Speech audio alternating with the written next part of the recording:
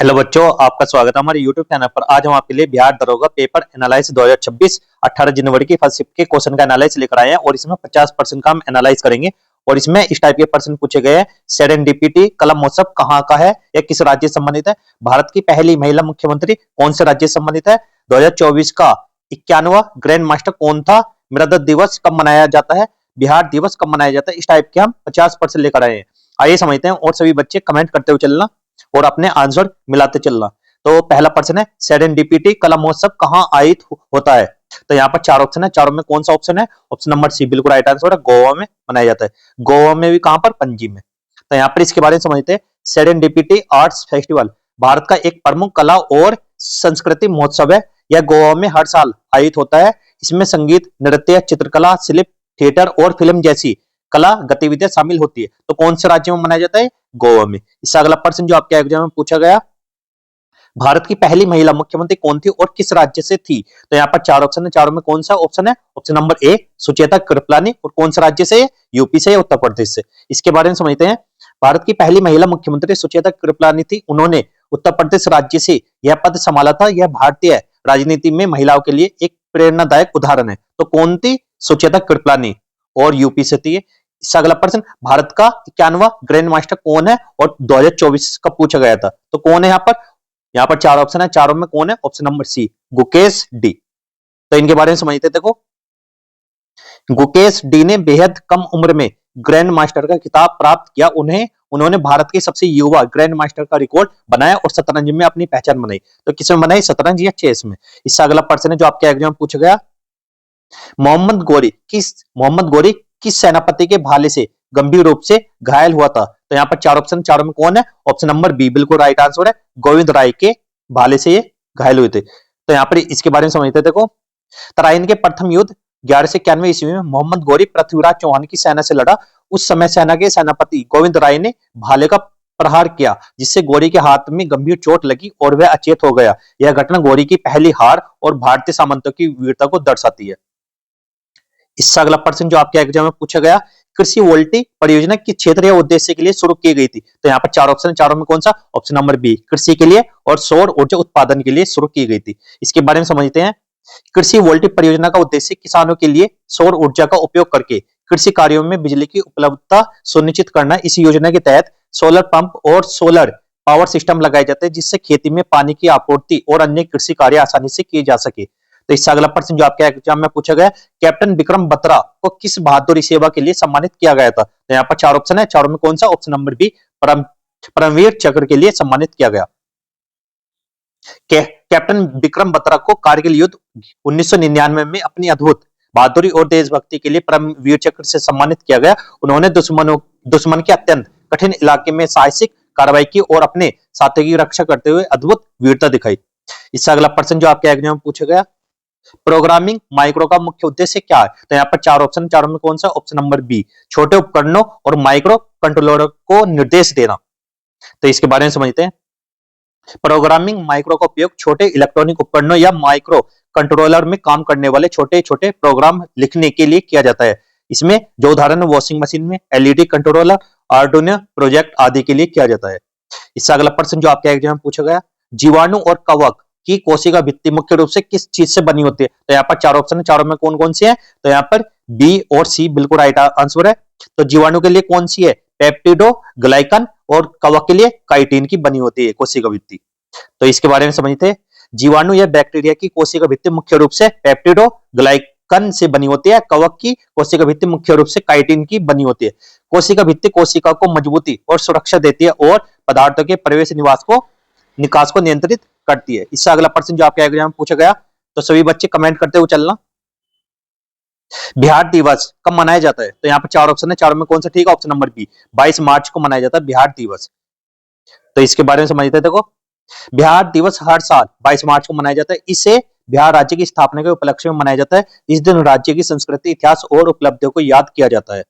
इससे अगला प्रश्न जो आपके एग्जाम में पूछा गया, जय हिंद का नारा किसने दिया? तो यहाँ पर चार ऑप्शन, चारों में कौन सा? ऑप्शन नंबर सी लाल बहादुर शास्त्री ने जय हिंद का नारा दिया था। जय हिंद नारा लाल बहादुर शास्त्री ने 1965 में भारत पाकिस्तान के युद्ध के समय अपनाया। यह नारा देशभक्ति और राष्ट्रीय एकता का प्रतीक बन गया। इसे आमतौर पर भारत के राष्ट्रीय नारे के रूप में भी जाना जाता है। इससे अगला प्रश्न है, हाजीपुर में कौन सी नदी बहती है मिलती है? तो यहाँ पर चार ऑप्शन, चारों में कौन सी? ऑप्शन नंबर सी, बूढ़ी गंडक। ये नदी है, ये किस में मिलती है? हाजीपुर में आकर। हाजीपुर बिहार का एक प्रमुख शहर है, जो क्षेत्र के लिए कृषि और जल आपूर्ति में महत्वपूर्ण है। यह नदी गंगा में जाकर मिलती है। इससे अगला प्रश्न, मृदा दिवस कब मनाया जाता है? तो यहाँ पर चार ऑप्शन, चारों में से कौन सा? ऑप्शन नंबर ए बिल्कुल राइट आंसर है। 5 दिसंबर को मृदा दिवस या वर्ल्ड वर्ल्ड सॉइल डे के रूप में मनाया जाता है। मृदा दिवस हर साल 5 दिसंबर को मनाया जाता है। इसका उद्देश्य लोगों को मृदा के महत्व के बारे में जागरूक करना और मृदा संरक्षण के लिए प्रेरित करना। मृदा हमारे जीवन और कृषि के लिए बहुत महत्वपूर्ण है, जरूरी है। तो 5 दिसंबर को मनाया जाता है मृदा दिवस। भारत में राष्ट्रपति द्वारा घोषित आपातकाल या इमरजेंसी किस अनुच्छेद के तहत लागू किया जाता है? तो यहाँ पर ऑप्शन नंबर ए बिल्कुल राइट आंसर है, 352 आर्टिकल के तहत। तो इसके बारे में समझते हैं। भारत के संविधान में अनुच्छेद 352 के तहत राष्ट्रपति यह घोषित कर सकता है कि देश या किसी राज्य में राष्ट्रीय सुरक्षा या युद्ध या बाहरी आक्रमण के कारण आपातकाल की स्थिति है।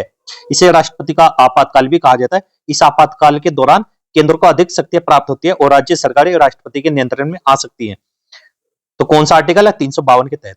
इससे अगला प्रश्न, पूर्णिया में स्वतंत्रता संग्राम के दौरान सबसे प्रमुख ऐतिहासिक आंदोलन कौन सा था? तो यहाँ पर चार ऑप्शन है, चारों में कौन सा? ऑप्शन नंबर बी, भारत छोड़ो आंदोलन 1942।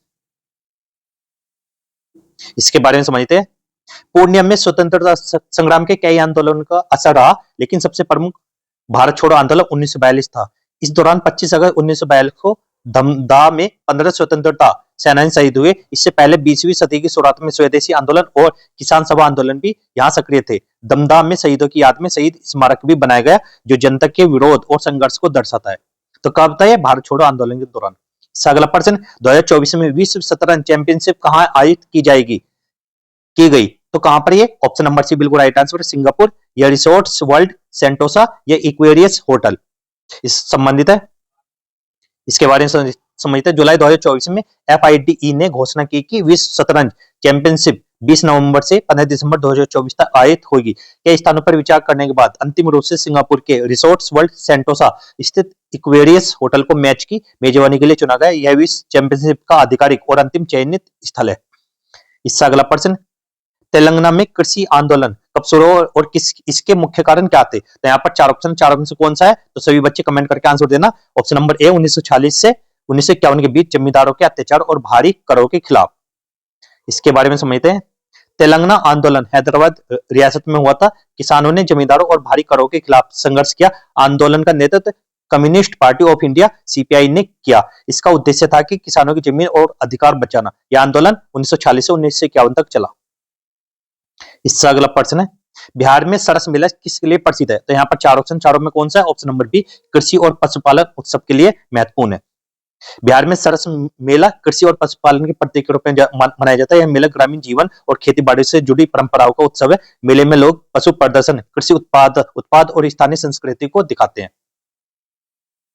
इससे अगला प्रश्न, महात्मा गांधी को चंपारण सत्याग्रह 1917 के लिए किसने बुलाया? तो यहाँ पर चार ऑप्शन है, तो किसने बुलाया? ऑप्शन नंबर बी, रामकुमार शुक्ल ने बुलाया था।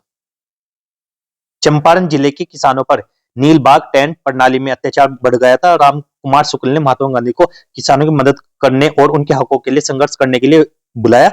इस बुलाव के बाद ही गांधी जी ने चंपारण सत्याग्रह की शुरुआत की। इससे अगला प्रश्न, NABARD national bank of agriculture and rural development की स्थापना कब हुई? तो कब हुई थी? ऑप्शन नंबर यहाँ पर ए, बी बिल्कुल राइट आंसर, 1982 में स्थापना हुई थी। नाबार्ड की स्थापना 12 जुलाई 1982 को भारत में कृषि और ग्रामीण विकास को वित्तीय सहायता देने और नीतिगत रूप से मार्गदर्शन करने के लिए की गई थी। यह बैंक विश्व रूप से कृषि, ग्रामीण विकास और छोटे किसान के लिए ऋण और विकास योजनाओं में सहायता करता है। इससे अगला प्रश्न है जो आपके एग्जाम में पूछा गया, 61वें संविधान संशोधन 1988 का मुख्य उद्देश्य क्या था? तो यहाँ पर चार ऑप्शन है, चारों में कौन सा? ऑप्शन नंबर ए, मतदान की आयु 21 वर्ष से घटाकर 18 वर्ष करना। इसमें क्या देखो, मतदान की आयु 21 वर्ष से घटाकर 18 वर्ष करना। 61वें संविधान संशोधन के माध्यम से भारत में मतदान की आयु को 21 वर्ष से घटाकर 18 वर्ष कर दिया। इसका उद्देश्य युवा को लोकतांत्रिक प्रतिक्रियाओं में करना और उन्हें वोट देने का अधिकार देना था। इससे अगला प्रश्न है, ताजमहल किस शहर में स्थित है? तो यहाँ पर चार ऑप्शन है, ऑप्शन नंबर बी बिल्कुल राइट आंसर, आगरा में ताजमहल स्थित है। ताजमहल जिसे शाहजहां ने अपनी पत्नी मुमताज की यादों में बनवाया था, आगरा उत्तर प्रदेश में स्थित है। यह सफेद संगमरमर से बना विश्व प्रसिद्ध स्मारक है और यूनेस्को की विश्व धरोहर स्थल में शामिल है। और आज की वीडियो को यहीं पे समाप्त करते हैं। वीडियो अच्छी लगी तो वीडियो को लाइक करना, चैनल को सब्सक्राइब करना। मिलते हैं अगली वीडियो में, तब तक के लिए गुड बाय, जय हिंद, जय भारत।